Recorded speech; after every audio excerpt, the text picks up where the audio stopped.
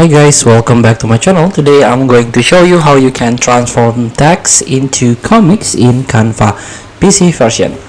So you can get it for free. You can download for free from the official website, of course. And don't forget to sign in with your account. If you don't have one, please register your account.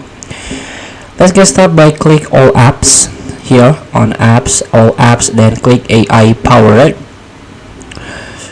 You can scroll down and try to find the comic book turn text into comics. So you can transform words into comic art. Comic book brings your imagination to life by converting text descriptions into stunning comic book style illustration. So let's start by click use in new design. You can choose the canvas here. Here you can describe your comic. You can choose the aspect ratio, portrait, square, landscape. And here let's try with an example.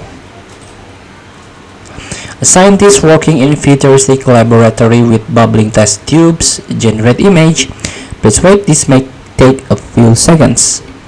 And here we go. Comic book has successfully uploaded the media to your library. This is the result. This is like a DC or Marvel style comic, not a Japan one, not the anime manga.